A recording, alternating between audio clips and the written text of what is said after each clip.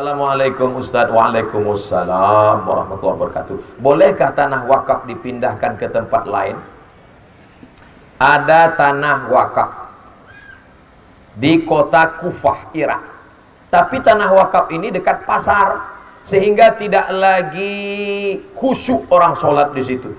Akhirnya pada masa pemerintahan Umar bin Khattab, dipindahkanlah tanah wakaf ini ke pinggir kota yang lebih nyaman untuk tempat ibadah. Itu dalil boleh memindahkan tanah wakaf, tapi nilainya ke atas bukan ke bawah.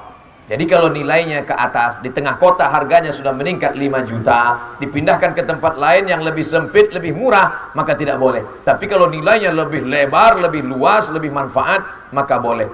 Masalah wakaf sudah diatur di Indonesia, Badan Wakaf Indonesia BWI, dan Dompet Duafa juga mengelola wakaf. Dan bapak-bapak KUA itu bertindak sebagai pengurus surat wakaf. Makanya ibu-ibu nanti kalau bapaknya pergi ke KUA jangan nangis.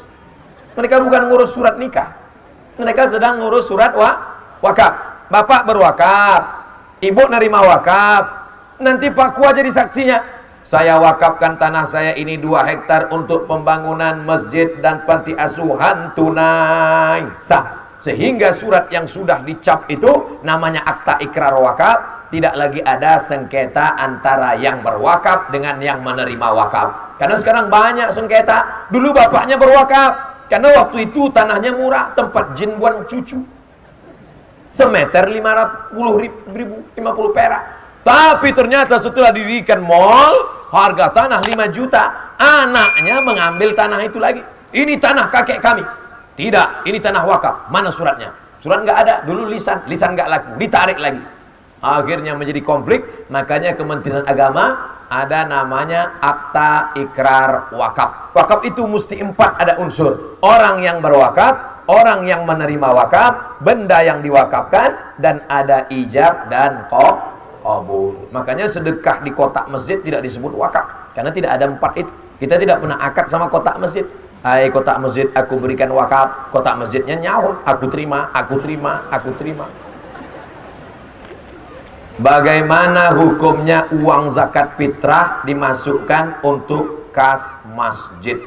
Zakat fitrah itu untuk 8 asnaf. Katanya zakat fitrah untuk fakir miskin aja Pak Ustaz. Buka kitab Al-Fiqhul Islami wa Adillatuh Syekh Wahbah Zuhaili. Zakat fitrah asnafnya ada 8. Innamas shadaqatu lil fuqara wal masakin wal amilina 'alaiha wal mu'allafati qulubuhum wa fir riqab wal gharimin wa fi sabilillah wa ibnis sabil. Ternyata fakir miskin sudah dapat, fakir sudah, miskin sudah, mu'allaf sudah, amil sudah. Mereka kenyang besoknya, padi melimpah ruah sampai ada 20 ton, mereka sudah cukup makan, maka dimasukkan ke masjid.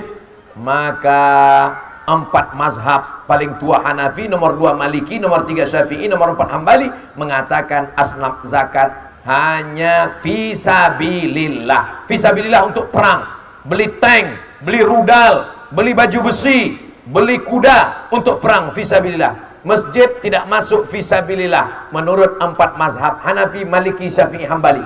Kalau ada ustadz yang mengatakan masjid masuk fisabilillah, dia ambil pendapat Imam Fakhruddin Ar-Razi yang dikutip oleh Syekh Atiyah Saqar dalam Fatwa Al-Azhar. Kata beliau, semua jalan mengagungkan agama Allah masuk fisabilillah. Makanya mahasiswa masuk fisabilillah. Setuju? Mahasiswa-mahasiswa Malaysia itu dapat zakat dari kerajaan. Masuknya dari mana? Fisabilillah. Rumah-rumah kos untuk mahasiswa supaya bisa dia kuliah gratis, supaya bisa dapat dari mana? Dari fisabilillah, dari zakat. Tapi dengan syarat jangan sampai jatah fakir miskin termakan. Itulah yang dapat saya sampaikan pada kesempatan kali ini. Mudah-mudahan pertemuan kita ini bernilai amal soleh. Amin ya rabbal alamin. Ala hadhihi niyah wa kulli niyatin salihah. Al-Fatihah.